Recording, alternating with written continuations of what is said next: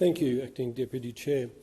And I know you share my passion for the defence of Australia. And what we've seen in recent documents, both the last night's budget, the National Defence Strategy and the IIP document that accompanied it, is a problem that I foresee that we really need to solve for.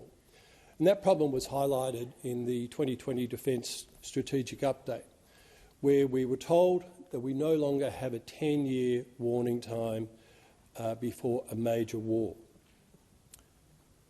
A 10-year warning time has gone. Yet when you look at the budget and the IIP, and you look at what spending is being planned for, and not just by this government, by the previous government, the large platforms that make up the bulk of the spending are 10 years away. So that's well outside the window of warning that we still no longer have. So how do we reconcile the fact that Australia could be held at risk tomorrow? Trust we're not. But in the very near future, we could be held at risk by an enemy, and all our spending and preparation of our ADF to protect us is often the never-never. Now, I know there was $5.3 billion across the forward estimates in last night's budget, and that's welcome, and that will be spent on some interesting things. But as a country, we face a dilemma. We have to find a way to fund the defence capability and personnel that we need right now, while still looking at funding the large platforms that we will need in the future. Now, I'm not saying there is an easy answer to this. There's not. This is a very difficult problem, but one that's been kicked down the can too many times. And I, as an independent senator, will be trying to hold the government and the bureaucracies to account such that we don't face these dilemmas any longer, or any longer than we have to. So we need to decide what we do now and what we do in the short term. And I was pleased in the Treasurer's budget speech last night, where he talks about investing in a future made in Australia.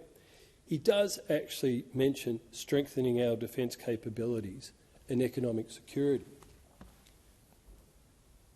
Hopefully some of the money that's set aside for Made in Australia won't just go on solar panels and other things that are pet projects.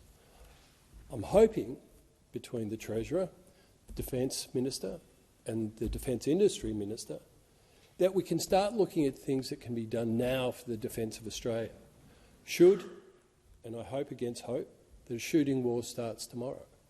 Those platforms, those large expensive platforms that we are funding further down the track, they are going to be needed to keep open our sea lanes of communication.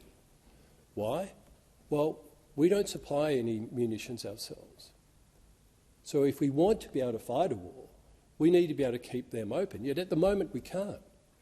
So why aren't we looking at manufacturing missiles and rockets here in Australia? We have on order 20 HIMARS. Now, last time I checked, there's a 5-year wait for HIMARS. Imagine if there's a shooting war.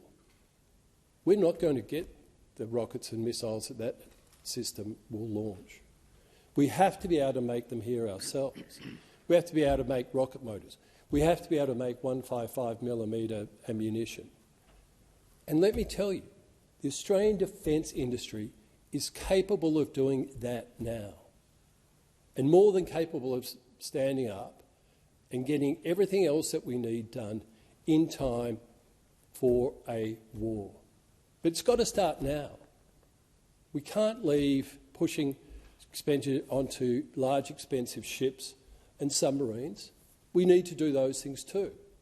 But we need to look at how do we support our sovereign Australian defence industry manufacturing base to be able to look after us should a war start in a very short time. Thank you.